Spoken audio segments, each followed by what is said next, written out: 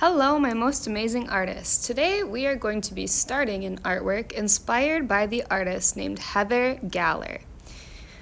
You can see that in her pictures she has a lot of bright, beautiful colors and some really neat patterns.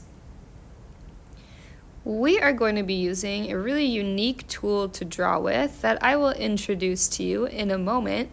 But first, I would like you all to put your name and your teacher's name on the paper.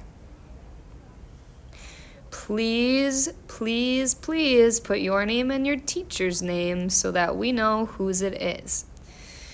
Then you're going to flip your paper over like a pancake so your name is on the back.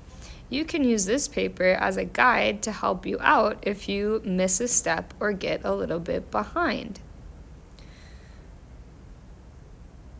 First, what we're going to do is we are going to open our bingo dauber that is filled with ink. That's what we're going to be drawing with today.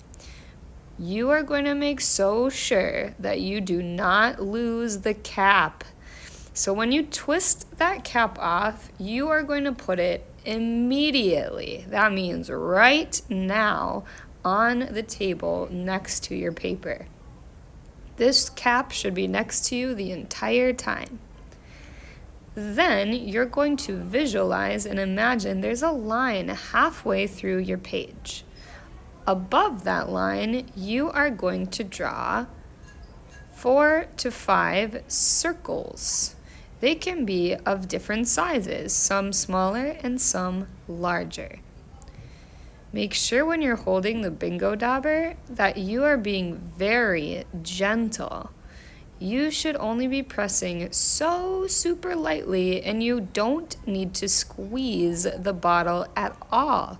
Pretend like you have a little baby hamster in your hand and he is on ice skates gliding across the page. You do not need to squeeze. After you have created your circles, you're going to add some details to your flowers. You could do more circles inside. You could do petals like bumpy lines. Remember, if you're about to overlap, all you need to do is stop and hop your bingo dauber if you're about to run into a flower next to it. Keep adding details to your circles until they start to look like really interesting, really awesome flowers. After you're all finished with your flowers, you're going to add a vase. Your vase can be whatever shape that you would like it to be. Start on the outside of one edge of your flowers, go down, across, and back up to meet the other flower side. Then you're going to draw a table and some leaves.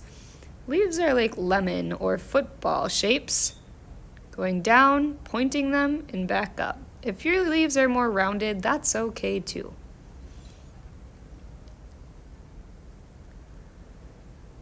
Add leaves wherever you think there's a weird space in your flower bouquet or your group of flowers.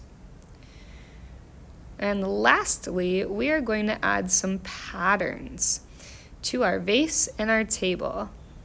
Pattern is something that repeats itself. I'm choosing to do a curly line pattern on my vase today, and then I'm going to do some stripes on my table. You must add pattern to your vase and your table. What pattern you choose is totally up to you. You're the artist, so you make your own choices.